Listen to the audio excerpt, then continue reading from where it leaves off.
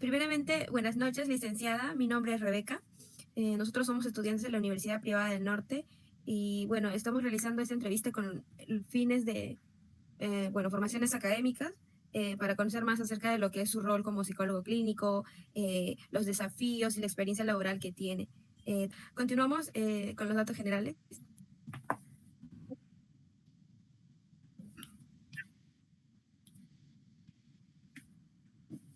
Claro, mi nombre es Araceli Gutiérrez Romero. Sí, soy psicóloga clínica y también tengo lo que es organizacional. Actualmente estoy laborando, hago en realidad, trabajo esencialmente primero para una empresa, lo que es mantenimiento y limpieza, es organizacional, pero también realizo sábados y domingos lo que son consultas en un centro médico.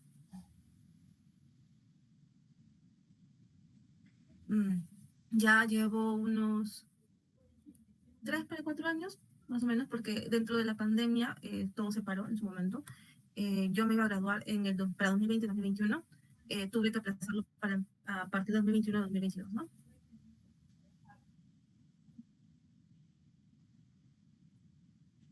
¿Qué tal, licenciada? Buenas noches. Mi nombre es Richard. Buenas noches. Sí. Con respecto a la primera pregunta, ¿qué la motivó a estudiar o especializarse en lo que es la psicología clínica?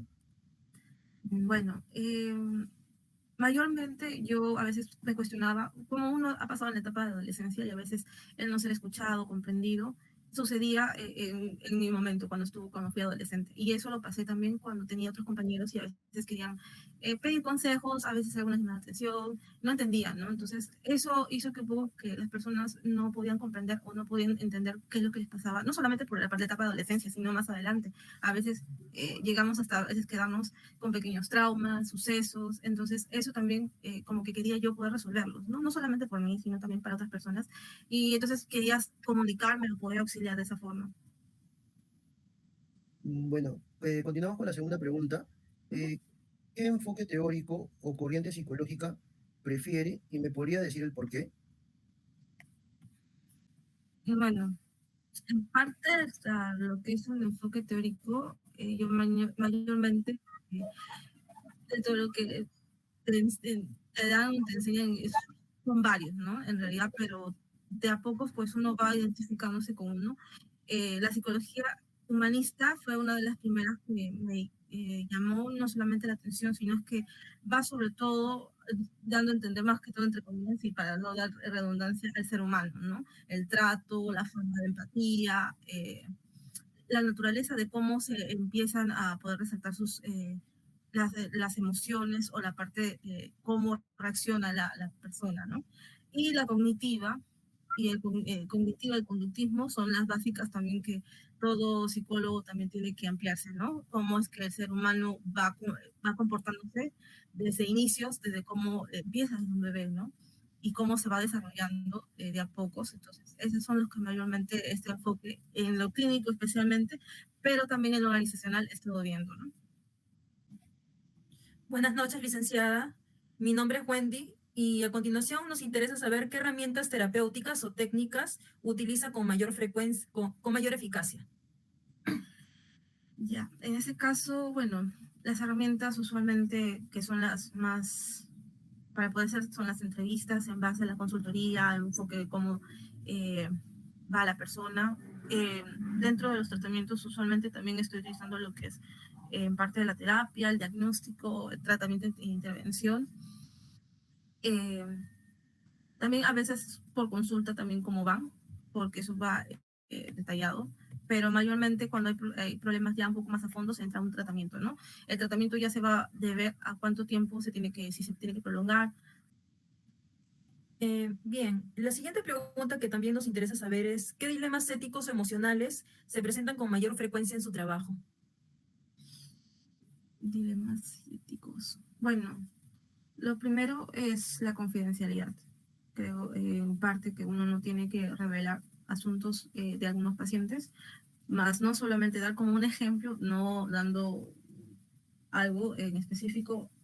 En parte también hay el no tener tampoco que tener mucho acercamiento con tu paciente. ¿A qué me refiero? Y me pasó en un momento, solamente una vez, que he tenido otros colegas que han pasado un poco, ha tenido otras situaciones, pero hay pacientes que se apegan mucho a uno. Y bueno, ese apego o ese acercamiento hace que puedas un poco perder al camino donde tú estabas andando por tener ese tipo de acercamiento con ese paciente. Ya puede ser un niño, una mujer, un hombre, un adulto mayor. Entonces, buscar la diferencia entre paciente y alguien que puedas conocer. Ahora, en lo ético tampoco, yo en este caso tomo bastante referencia que yo no puedo analizar a un familiar, porque tampoco no conlleva poder tener un diagnóstico real y tampoco no enfrentas mucho al problema, ¿no? Entonces es algo que es difícil. No, usualmente yo no veo a un familiar o a alguien cercano en realidad, porque eso puede un poco que me juegue un poco en contra y no esté visualizando bien la situación, ¿no? Algo ético aparte, bueno, he tenido colegas que en mi caso no he rechazado, pero hay colegas en las cuales no quieren aceptar algún tipo de regalo del paciente, cuando a veces uno dice que está agradecido, te entregan algo, hay los mismos colegas como que malinterpretan o quizás dicen que no. Eso es en parte. Bueno, no tengo en realidad algo que creo que lo principal es lo que he comentado, ¿no? Gracias por su respuesta, licenciada. A continuación le doy el paso a mi compañera Alexandra para que le haga las siguientes preguntas. Rebeca, bueno, voy a hacer una última pregunta que es, bueno, ¿qué mensaje le daría a usted a los estudiantes que quieren dedicarse a lo que es psicología clínica? Para estudiar psicología clínica es poder tener, como creo que lo he vuelto a repetir, es tener bastante paciencia, sobre todo paciencia. ¿Y por qué lo digo? Porque como estudiante, en su momento, a mí me llegó una situación, siempre tenía que acudir, y creo que en las universidades, todavía no sé si te lo siguen pidiendo, hacerte un examen mental para poder pasar, hacer todo el procedimiento, examen mental, físico, etcétera. Yo tenía que hacer todos esos temas y acudía siempre a un hospital donde yo estaba asegurada porque tenía que pasar todas esas pruebas y siempre me llevaba a veces comentarios de doctores, ¿no? Hay doctores que solamente converten, colegas que en ese momento ya eran señores, bueno, no sé, dependiendo cómo es que pase, pero la primera percepción hacia una persona no tiene que ser eso mismo. Yo te puedo ver y decir, ah, no, esta persona tiene esa silla, y entonces eso a veces es una equivocada, es algo equivocado cuando tú vas a analizar a alguien. Yo creo que tú tienes que verificar 2 veces y también con la misma observación, las mismas preguntas, todo el detalle, para poder congeniar y más que todo tener en contacto con esa persona.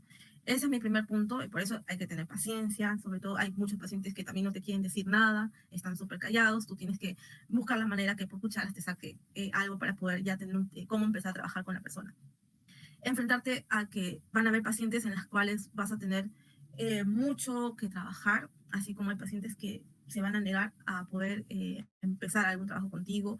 Eh, tener bastante, más que todo, tener en cuenta que todas las personas son un mundo, llena de emociones, cómo van a reaccionar. Entonces, eso es en parte que tienes que tener también cuidado, porque también van a haber casos en los cuales quizás te van a tomar mucho. La sensibilidad no es algo malo, tiene sus pros y sus contras, pero no es algo natural del ser humano. Pero ¿qué pasa cuando tú ves un caso totalmente, he visto casos muy difíciles y que a veces uno se los lleva? ¿Qué pasa con eso?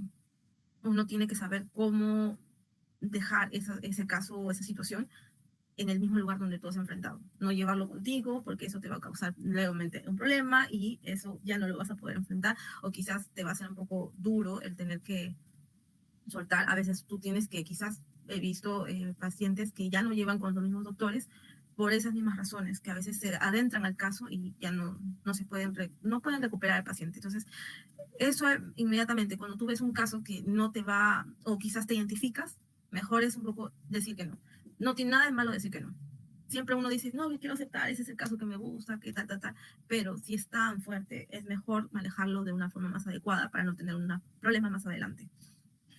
Y he pasado. Entonces, atrévanse a experimentar en otras ramas. La clínica siempre lo van a llevar, en todos lados. En social, cuando tú tienes que hacer, por ejemplo, ver alumnos, tú tienes que empezar con ¿qué? Con una entrevista. Le comentas al niño cómo se llama, cómo es, etcétera, etcétera.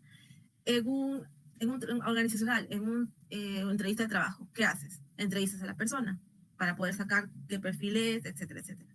Si tú vas a lo que es que puede ser el deportivo, que ahora es último, también entrevistas a la persona, haces una consejería, etcétera, etcétera. Toda la psicología clínica siempre va a estar alianzada a eso.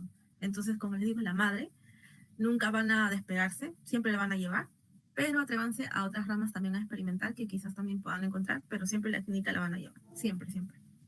Eso, más que todo. Muchas gracias, psicóloga.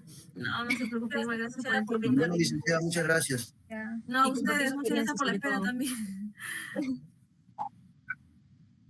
Igual, Gracias. gracias, buenas noches.